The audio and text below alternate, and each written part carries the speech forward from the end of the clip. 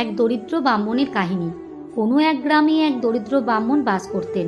তার নাম ছিল সুবিনয় ভট্টাচার্য। তিনি বিবাহ করেননি, ফলে একাই থাকতেন। লোকজনের বাড়িতে পুজো আচ্ছা থাকলে তিনি পুজো করতেন। এই পুজো করে যা পেতেন তাই দিয়েই কোনো রকমের দিন চালাতেন।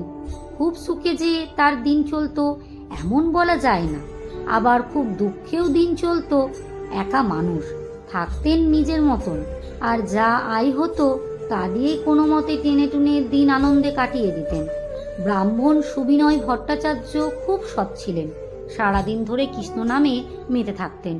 অতিরিক্ত কোনো চাহিদা তার মধ্যে ছিল না। একদিন পুজো করে ফিরছেন সুবিনয় ভট্টাচার্য।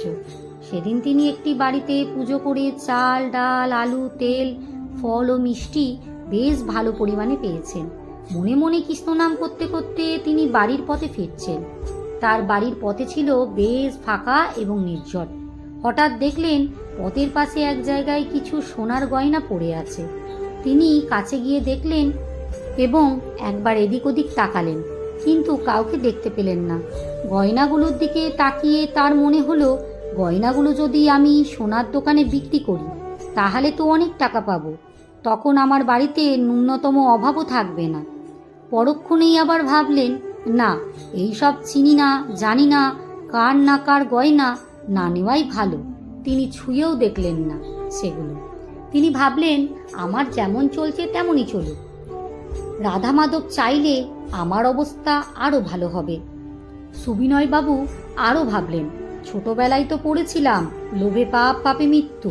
তৎক্ষণাৎ তিনি সেখান থেকে চলে গেলেন। সেদিন রাতে তিনি এক স্বপ্ন দেখলেন। স্বপ্নে দেখলেন তার ইষ্টদেবতা শ্রীকৃষ্ণ তাকে বলছেন, তুমি সত্যিই সৎ। আমি তোমার সততার পরীক্ষা নিচ্ছিলাম। তোমার মধ্যে কোনো লোভ নেই, এটাই আমার ভালো লেগেছে। তুমি শীঘ্রই একটা ভালো সংবাদ পাবে। এরপর বেশ কয়েকদিন কেটে গেল। তিনি একদিন তার প্রতিবেশীর মুখ থেকে জানতে পারলেন যে তাদের গ্রামের জমিদার বাড়িতে যে পুরোহিত নিত্য পুজো করতেন তিনি মারা গেছেন। তাই জমিদার মশাই নতুন কোনো পুরোহিত খুঁজছেন। জমিদার বাবু খুব তাড়াতাড়ি চাইছেন, কারণ তার গোপালের নিত্য পুজো বন্ধ হয়ে আছে। জমিদার বাড়ির পুরোহিতটি 1 সপ্তাহ হলো মারা গেছে, অর্থাৎ আর সময় নষ্ট করা উচিত হবে না মনে করে সেদিনই সুবিনয়বাবু রওনা হলেন জমিদার বাড়ির উদ্দেশ্যে। এরপর বেশ কয়েক মাস কেটে গেছে। তিনি জমিদার বাড়ির নিত্য পুজোর কাজটি পেয়ে গেছেন। এখন তার ঘরে আর কোনো অভাব নেই।